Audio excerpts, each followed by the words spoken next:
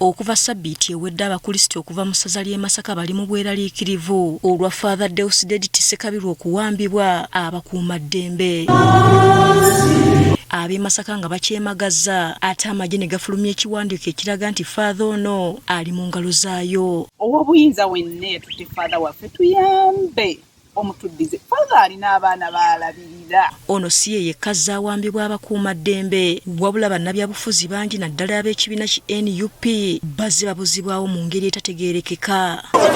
Olw'embeera eyo kino kye kiwaliriza abavubuka ba NRM okuva mu disitulikiti y'e Masaka okukangula ku ddoboozi nga baagala abakuumaddembe bakomye omuze gw'okuwamba abantu. Njagala okutegeeza Pulezidenti Yoweri Kaguta Museveni ye kennyini aveeyo n'ekigambo ayogereko ne Bishop waffe amunnyonnyole kiki ekituufu ekiriwo. Bishop waffe azza abantu emitima kubanga abantu bangi baavuddeyo n'obubaka bwa Bishop nga bubakutula nga bubamenyaamenya. Ekyamazima bwe watabaawo kikyuka kati abantu opposition bakozesezza message eno okutukuba. Abavubuka bano bagamba ekikolebwa abakuumaddembe kyonoona obuwagizi bwa NRM n'okufiiriza pulezidenti waabwe Museveni. Ate ebitongole by'okwerinda omwo mulimu Kawunkumi pulezidenti gwe yayogera edda ne bireetawo ensasagge nga zino ezakwasizza Father Ssekabira ekireese okulaba nga banna NRM abanoonya akalulu okuviira ddala ku byalo ne mu kitundu kino buli omu ali ku bunkenke era yeebuuza nsonga eyonoona akalulu ka Pulezidenti Museveni ne NRM mu gavumenti okutwaliza awamu.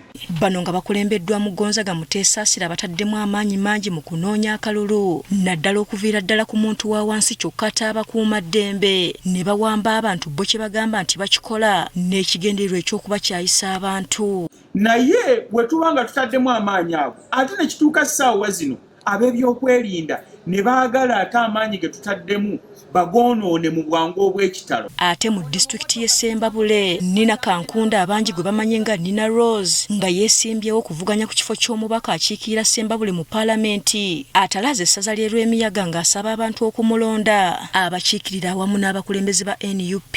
Nze siina kye ŋŋenda kubalimba gwe mulundi gwange ogusoose nze njagala muntume mbakiikirire ku lw'ebyo ebibanyigiriza. Muntume mbakiikirire ku lw'enkyukakyuka ya disitulikiti yaffe.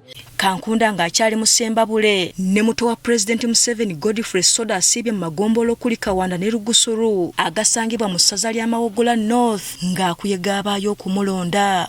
Nyoni basaba ekintu eki muheereze Museveni akalulu muheereze Soda akalulu mumpe emyaka 5 aza muleebe ekyakubasa kuba. Eno abaayo bennyamidde olw'enguudo embi amasomero agali mu mbeera embi ko n'ebbula ly'amazzi amayonjo mu kitundu kyabwe.